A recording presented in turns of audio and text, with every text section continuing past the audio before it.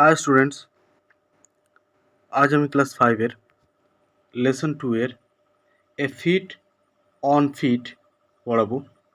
এই এফিএটি এই ফিট মানে হচ্ছে যে কোনো কিছু অর্জন করা, অর্থাৎ অ্যাচিভমেন্ট করা। যে অ্যাচিভমেন্ট বা অর্জন করতে গেলে সাহসের দরকার হয়, স্কিল অর্থাৎ দক্ষতার দরকার হয় এবং শক্তির দরকার হয়। আর এই ফিট এফডব্লিউটি ফিট, এই ফিট মানে হচ্ছে পায়ের পাতা।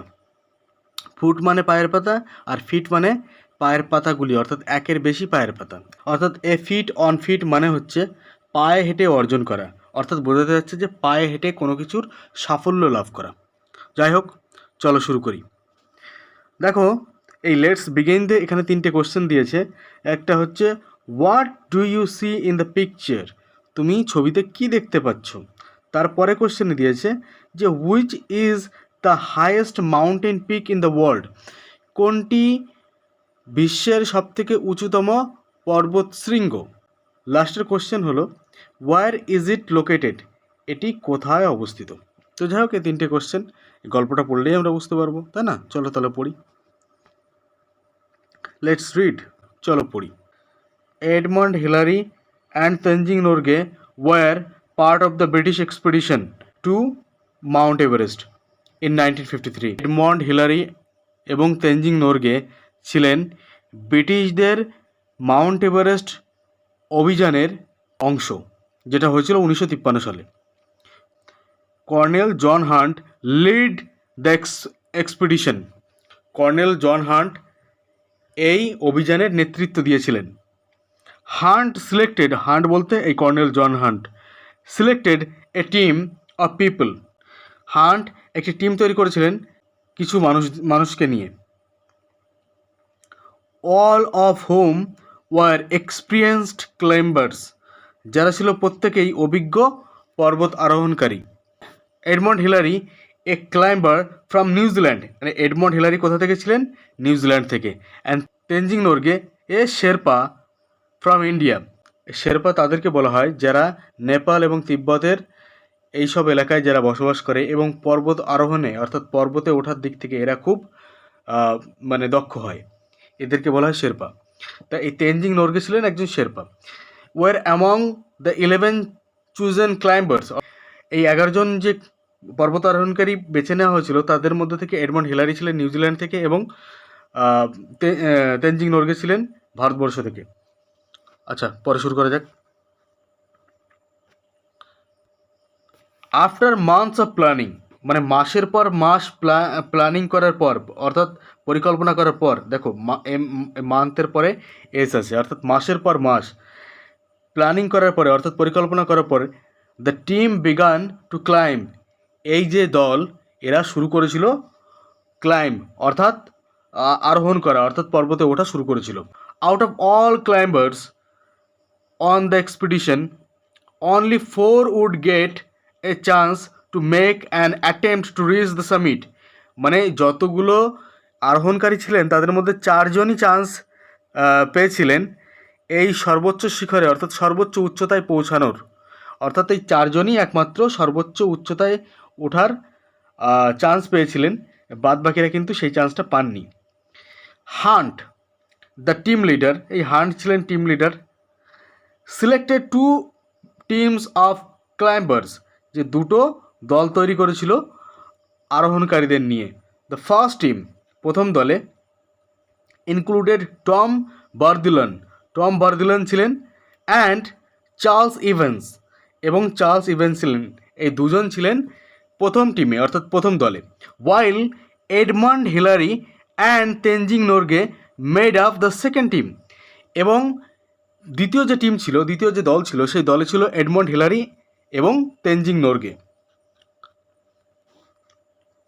দ্য ফার্স্ট টিম, প্রথম দল, লেফট অন মে 26, 1953, অর্থাৎ প্রথম যে দল ছিল সেটা ছেড়ে গিয়ে যাওয়া মানে কি, যে জায়গা থেকে যাত্রা আরম্ভ করবে সেই জায়গা ছেড়ে যাত্রা আরম্ভ শুরু করেছিল আর কি। কবে সেটা? 26শে মে 1953 সাল।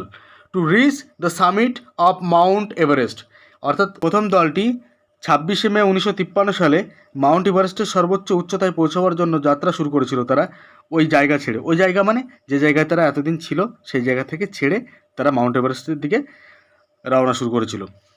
The two men made it up about 300 feet short of the summit. এই দুজন যে ব্যক্তি যারা মাউন্ট এভারেস্টের সর্বোচ্চ শিখরে পৌঁছানোর 300 ফিট নিচে ছিলেন, অর্থাৎ আজ মাত্র 300 ফিট উপরে গেলেই মাউন্ট এভারেস্টের সর্বোচ্চ উচ্চতায় পৌঁছানো যায়।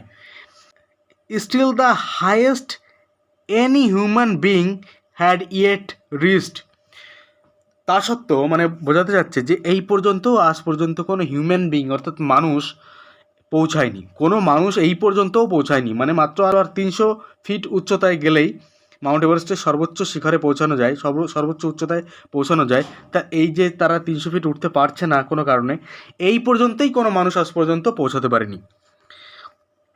দে were forced to turn back after they encountered bad weather. দেখো, ওয়েদার মানে আবহাওয়া, আর এনকাউন্টার্ড মানে মুখোমুখি, মানে তারা খারাপ আবহাওয়ার মুখোমুখি হয়ে ওখান থেকে চলে আসতে বাধ্য হয়েছিল। অ্যাট 4 AM, সকাল 4টের সময়, অর্থাৎ ভোর 4টের সময়, অন May 29, 1953, অর্থাৎ মে মাসের 29 তারিখে 1953 সালে হিলারি অ্যান্ড নরগে, এই হিলারি এবং নরগে অর্থাৎ তেনজিং নরগে, অ্যাওয়েক অর্থাৎ উঠে পড়েছিল, অর্থাৎ ঘুম থেকে ওঠা বোঝাচ্ছে, অ্যাওয়েক ঘুম থেকে উঠে পড়েছিল, অ্যান্ড গট রেডি এবং রেডি হয়েছিল ফর দেয়ার ক্লাইম্ব, অর্থাৎ তাদের যে উঠতে হবে পর্বতে তার জন্য তারা উঠে পড়েছিল। ক্লাইম্ব মানে পর্বতে আরোহণ করা বা পর্বতে ওঠা। হিলারি খুঁজে পেল বা আবিষ্কার করলো দ্যাট হিজ বুটস, তার যে জুতো ছিল অর্থাৎ বুট জুতো, হ্যাড ফ্রোজেন, বরফে জমে গেছে। হিলারি সে খুঁজে পেল যে তার জুতো মানে সে বরফে জমে গেছে। অ্যান্ড স্পেন্ট 2 hours, এবং 2 ঘন্টা সে ব্যয় করেছিল ডিফ্রস্টিং দেম, অর্থাৎ তার জুতো থেকে বরফ ছাড়াতে তার 2 ঘন্টা ব্যয় হয়েছিল, 2 ঘন্টা সময় চলে গেছিল। The two men left camp at 6:30 AM। এই দুজন ব্যক্তি যারা ক্যাম্প ছেড়ে চলে গিয়েছিল তারা কটায় গিয়েছিল? 6:30, অর্থাৎ 6:30 সকালে। আপন দেয়ার ক্লাইম্ব, অর্থাৎ এই পাহাড়ে ওঠার সময়, they came on particular difficult rock face, তারা একটা কঠিন পাথরের মুখোমুখি হয়েছিলেন। But Hillary found a way to climb it, কিন্তু হিলারি একটা পথ খুঁজে পেয়েছিলেন পর্বতে ওঠার। The rock face is now called Hillary's step. এই যে পাথরের মুখোমুখি হয়েছিলেন তারা, এই পাথরটাকে এখন কি বলা হয়? হিলারিস step.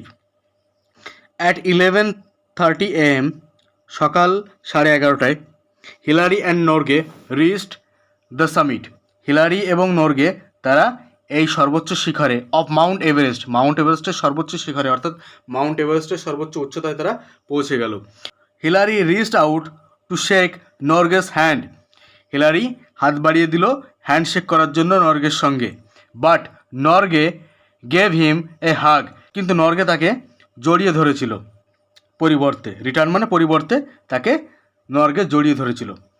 The two men enjoyed only 15 minutes.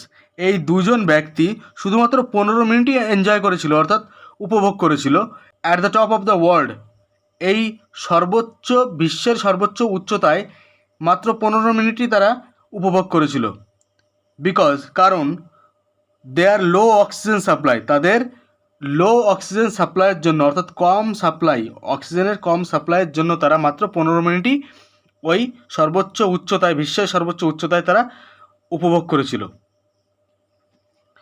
They spent their time taking photographs, তারা যে সময় অতিবাহিত করেছিল কিভাবে? তারা ফটোগ্রাফস অর্থাৎ ছবি তুলেছিল। অ্যান্ড এনজয়িং দ্য ভিউ, এবং তারা এই দৃশ্যকে উপভোগ করছিল। এই সুন্দর দৃশ্য মানে তারা এই দৃশ্যকে উপভোগ করছিল। Norgay placed a food offering to God, Norgay ঈশ্বরকে ফুড অফার করলো, অর্থাৎ উৎসর্গ করলো। When their 15 minutes were up, যখন তাদের 15 মিনিট হয়ে গেল, Hillary and Norgay made their way back down the mountain, Hillary এবং নর্গে তারা এই পর্বত থেকে ফিরে আসলো। আজকে তোমাদের এ ফিট অন ফিট কমপ্লিট হয়ে গেল।